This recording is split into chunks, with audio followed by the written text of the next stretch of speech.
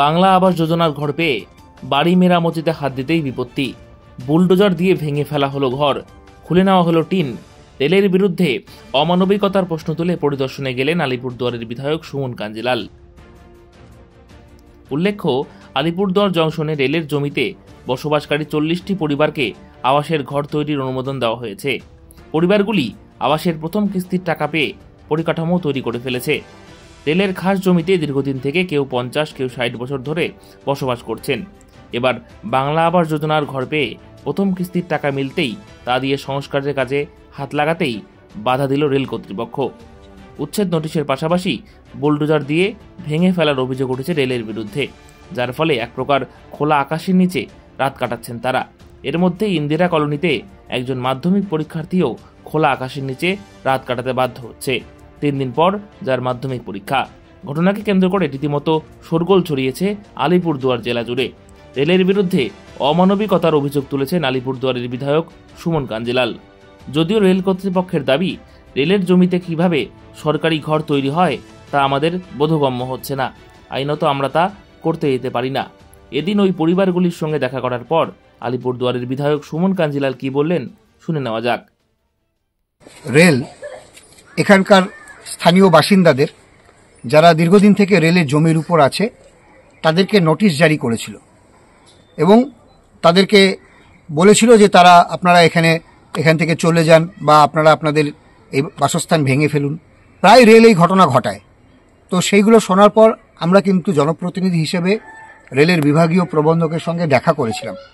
কিন্তু সম্প্রতি রেলের তরফ থেকে যেটা করা হচ্ছে সেটা অত্যন্ত ভয়াবহ।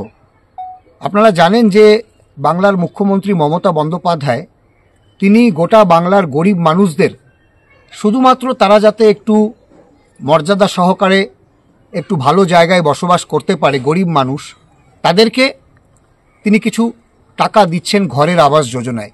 সামান্য টাকা, 1,20,000 টাকা।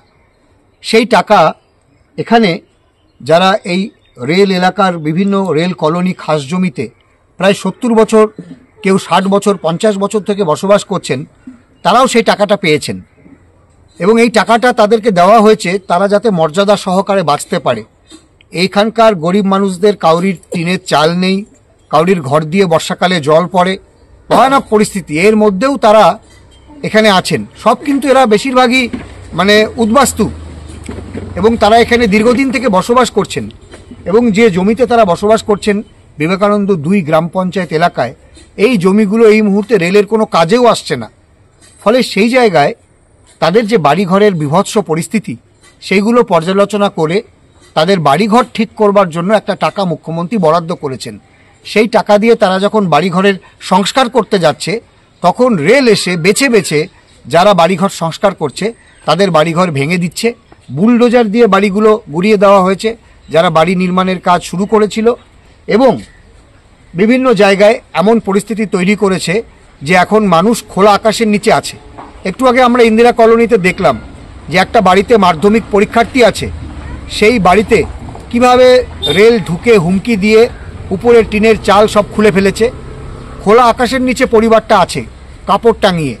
যে কোনো সময় এই বিভৎস ঠান্ডায় এই পরিস্থিতিতে পরিবারগুলো থাকতে বাধ্য হচ্ছে এবং তাদেরকে বলছে যে আপনারা আপনাদের বাড়ি সংস্কার করলেই আমরা সেটা ভেঙে দেব।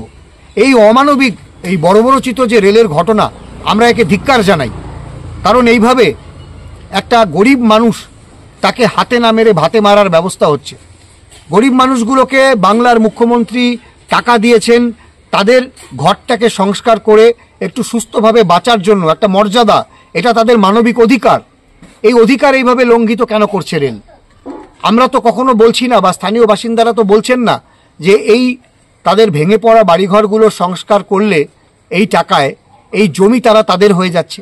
জমি তো যাদের যা চরিত্র জমি তাই থাকছে। শুধু তারা যারা 60-70 বছর থেকে এখানে বসবাস করছেন, তারা যাতে তাদের বাড়িঘরটা একটু ঠিক করতে পারে, বর্ষাকালে জল না আসে, এখানে শীতের সময় কষ্ট পাচ্ছে গরিব মানুষ, বয়স্ক মানুষরা, তাদের একটু বাড়িঘর মেরামত করবার জন্য মুখ্যমন্ত্রী টাকা দিয়েছেন, সেটা তাদের সহ্য হচ্ছে না। বুলডোজার নীতি চালিয়ে দিচ্ছে। এখানে বুলডোজার দিয়ে ঢুকিয়ে এই গরিব মানুষের এলাকায় বুলডোজার দিয়ে ভেঙে ফেলা হচ্ছে। কি সমস্যা হচ্ছে? আমার মাধ্যমিক পরীক্ষা আছে সামনে থেকে সোমবারে 10 তারিখে। আর ঘর বাড়ি ভেঙে যাচ্ছে গা, উপরে কিছু নাই গা, কিভাবে থাকবো কিভাবে পড়বো, অনেক ইসে হচ্ছে। তো এখন পড়াশোনা কি করে করবে ভাবছো? মানে এখন এই অবস্থা কি করে পড়াশোনা করবে পরীক্ষার জন্য? হ্যাঁ, কি করে পড়াশোনা করব এখন? উপরে চাল আছে না, কাপড় দিয়ে রাখছি। চাল থাকতেছো কি করে তাহলে এখন? ওইভাবেই থাকতেছি, রাত্রে বেলা কুয়াশা পড়ে, তিরপালও নাই গা যে দিয়ে রাখবো।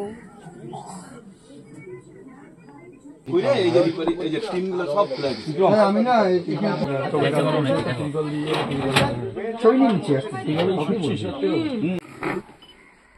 বই খাতা সব এখানে পড়ে আছে, ছিল না, ফাঁকা ছিল। এই কালকে বললাম না, শুধু শাড়ি ছিল, কালকে তিরপালটা শুধু দেওয়া হয়েছে।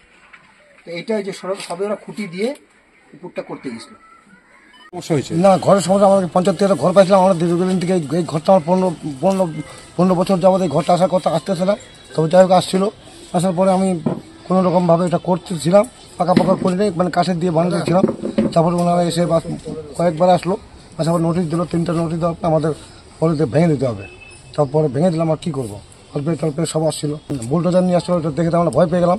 তারপরে এখন চিন্তা করলাম যে আমাদের এখানে আমরা জন্ম করাও সব এখানে, আমরা এখন যাবো কোথায়? তারপরে আমরা ভেঙে দিলাম, কি করবো এখন? কি করবেন ভাবছেন?